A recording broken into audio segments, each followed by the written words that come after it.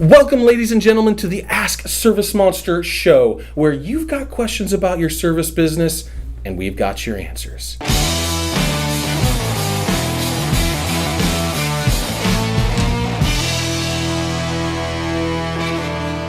Today, our question comes from Matt. And Matt, I'm sorry it took so long to get back to you, but I wanted to wait until we had the man who could really answer your question. His question was about franchises.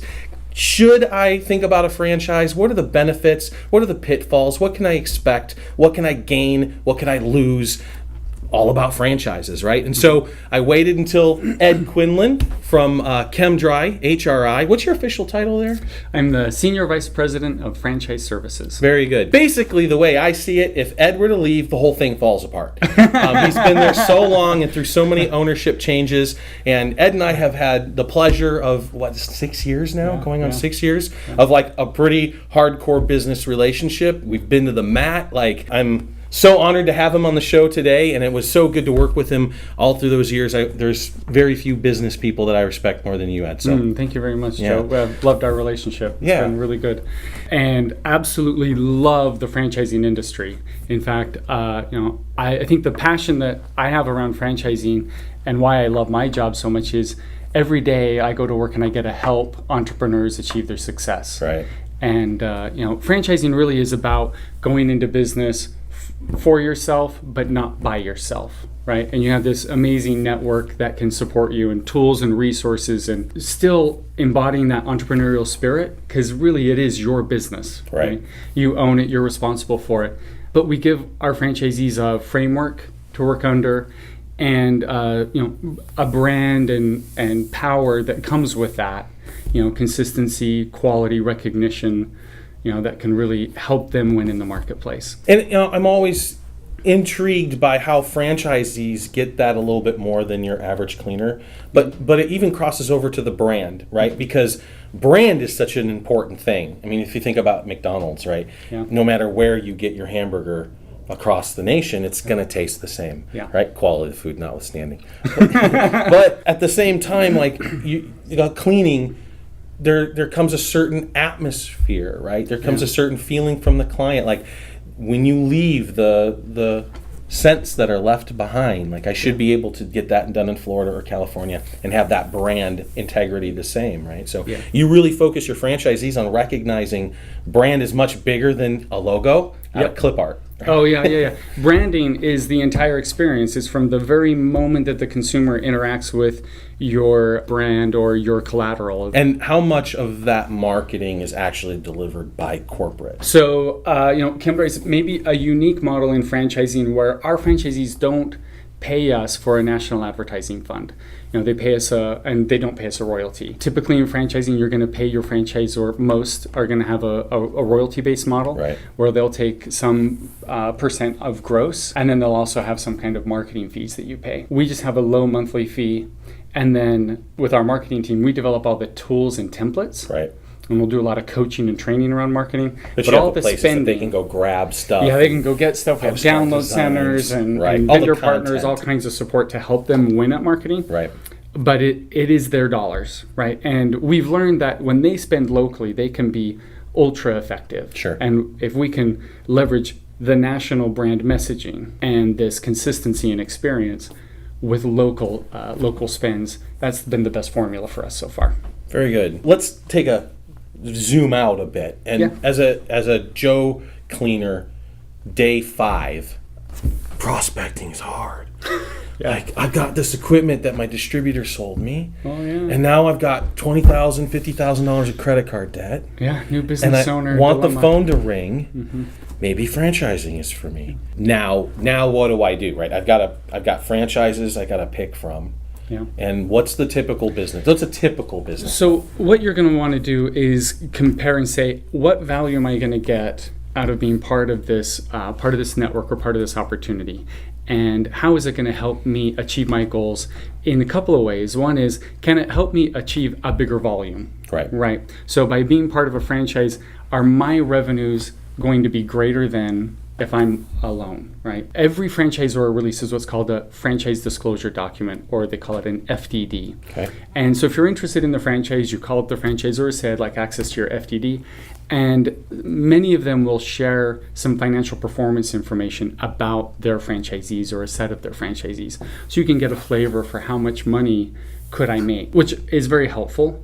For chem-dry, our average... So that's apples to apples, right? I can Yeah. get that from every franchise. Yeah, and then you I'm can gonna be start good. to pick now, and I'm gonna do say, that, what am I going to chem-dry's get gonna for be that? at the top, right? Well, of course, absolutely, absolutely. Okay. We are a low-cost, high-value model, Right. And I think that's why we've been so successful for the last 40 years, rather than other models, really. What's the typical model look like, though? So, I'm going to roll in with 50 grand, 200 grand, like there's an upfront cost, right? Yeah, so, there's always an upfront cost, I'll call it a licensing fee, Sure. to get into the brand. For chem-dry, that's going to be, a little over $15,000. Okay, that seems for my pretty initial fee. inexpensive. And we finance that over the course of the 5-year contract, Wow. right? We have 5-year contracts. Some people have 10-year contracts. Okay. So, you are committing to the brand. You're committing to making it a go with the brand, and you'll sign a non-compete, right? So, as we teach people how to be an excellent carpet cleaner and how to win in the carpet cleaning business, we want to have a long-term relationship. Right. Our average franchisee's been in for 17 years,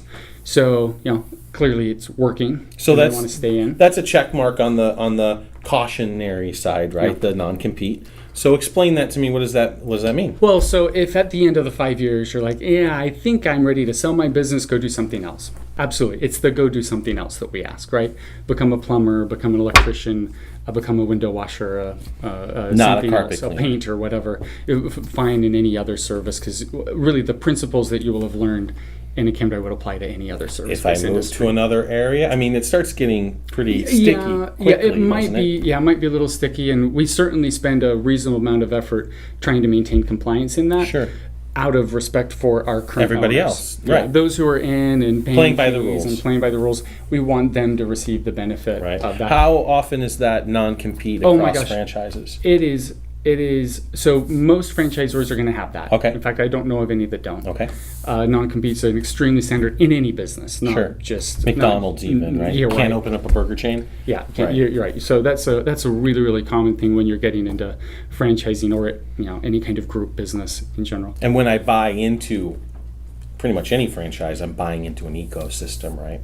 But Yeah. it's not just the support that I'm getting, but I'm also constrained to a bit upon what equipment and chemicals that I'm supposed to use and how to you use can imagine if you were to go to McDonald's, order a Whopper, Yep. right? It's just not going to happen, right? That's So that's a lot the same thing, right? Consistency across every location is something we strive for, and we seem to achieve our best successes the more consistent we are in that service delivery. Right. So in tandem then, in order to get that brand consistency, then I've got to buy my juice and gear either Yeah. through you Yeah, or yeah. your spec. Yeah. So that's right. So supplies, equipment come either from us or from approved vendors. That's pretty important across almost every facet of the brand. Because of our R&D team, we have top line chemical products. I'm phenomenal chemistry and absolutely love that. And it comes at a price corresponding to that, right? So I think if I was an independent buying top line chemicals, I would spend the same. Right. So there's in that regard. But I'm even talking about maybe a trying to percentage game the point or system, two like rather than the average. cutting the juice or that kind of stuff to reduce my overall. That would maybe the only reason that I would care. But even those HydroMaster machines are really prevent them from doing that. The machinery, but in the end, if you and I'm sure many have learned this by trial and error, is when you dilute and you don't follow the directions, your outcome isn't as Your good, product is not as and good. you're not going to give a customer experience that you want, and it's going to hurt you. So Big we time. don't find a lot of that just because it really, we try to You try to optimize build a it culture that's around not and optimize it around that consumer experience. So as long as we don't want to overcharge our franchisees, we want to be fair, we want to be reasonable, and we want to provide a premium product. So we work to deliver against all that. So if I was from another company, I'm probably also buying chemicals through the franchisor. Right. It's really that common. brand. Right? I got to get the scent. I got to get the taste.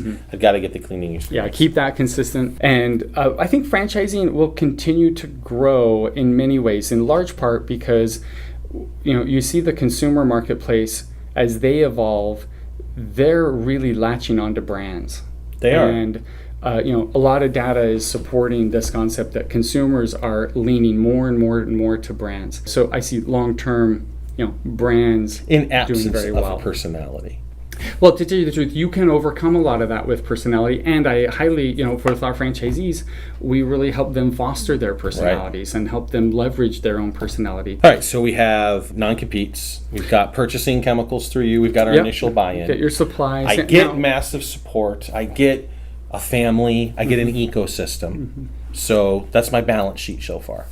So a great thing with franchising, and I see this across virtually every franchise, is this idea of I am going into business for myself, but not by myself. I think if you were to ask a franchisee, where did you get your best ideas? In fact, if you ask me, where did I get my best ideas? It's from franchisees, right? It's our talking about ideas together, working through those and coming up with them, and then trying them, right? Preach it. Listen to. It's a whole business model that we have, right? Yeah. Just listen. It's and then do what you they can say. do. Yeah, and it works. Yeah. Right? So you have all this support rallying around you, and innovation and marketing, and in every facet. That makes for a powerful combination. And I'm going to get that in varying amounts depending on the franchise, right? Now, you know what I can't do as a franchisor is I can't give the spark.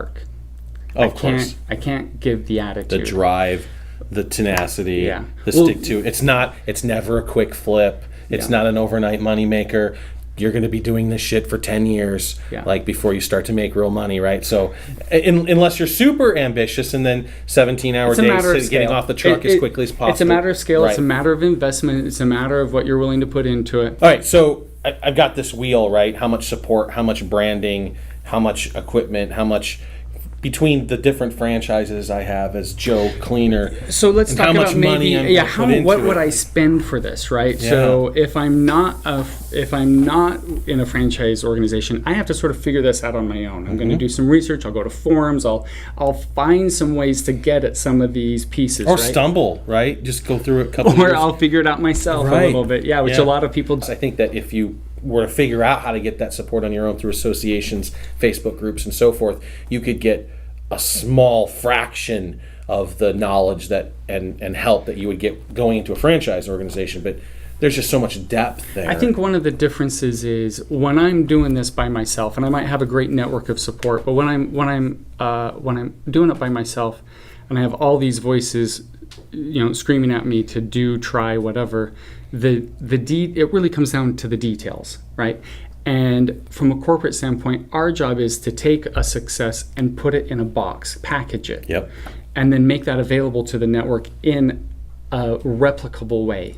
And if you work the system, if you you're miss a detail, highly likely to succeed. Yeah, if you miss a detail, it might be a big enough detail that your ROI on that marketing activity goes in half. Right. Well, so we're going to ask all those questions, answer them, put it in a package so that you're going to get the same kind of results. And that's a value add. Right. Well, and the other part of the value add, as far as I'm concerned, is the fact that you know their numbers. Yeah. Right. And this is a point of contention with a lot of people, like, ooh, who has my data?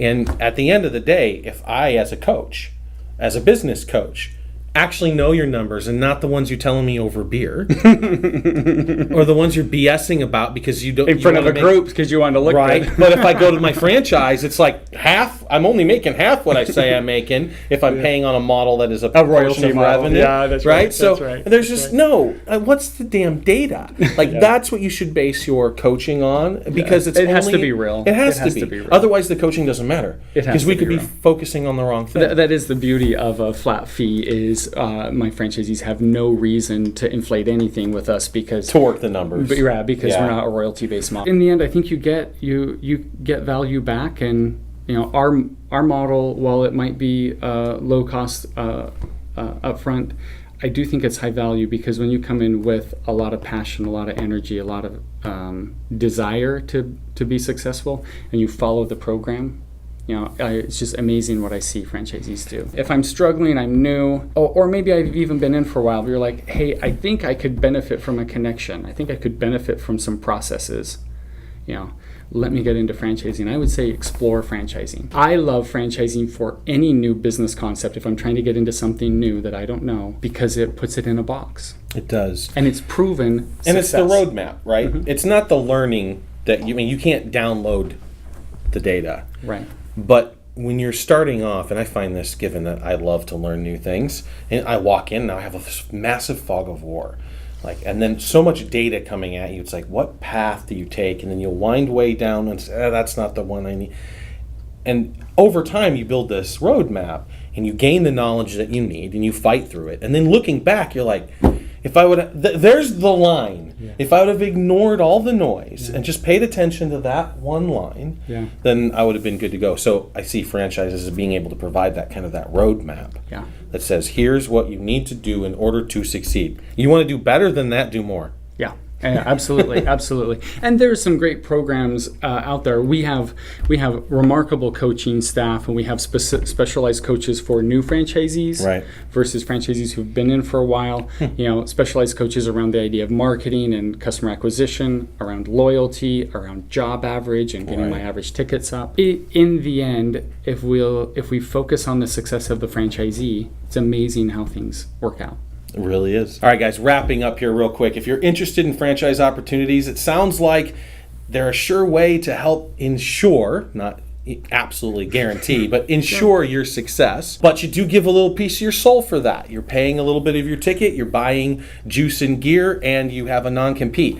But you get a family, and you get support, and you get that roadmap. So it's really up to the individual. And then, if you're thinking about a franchise opportunity, obviously you want to look across the board, talk to franchise owners, talk to other people who own franchises, and leave the people who say, don't do a franchise out of that demographic, right? Because you don't want them poisoning the well there. And then make a decision. But either way, I think that, there's short-term gains to be had, as well as a model that will help improve your success. Yep, absolutely. Yeah. Absolutely. Very good. Wish you all the best. Until next time, kids, subscribe to our YouTube channel, go sign up for the demo, and give us a call.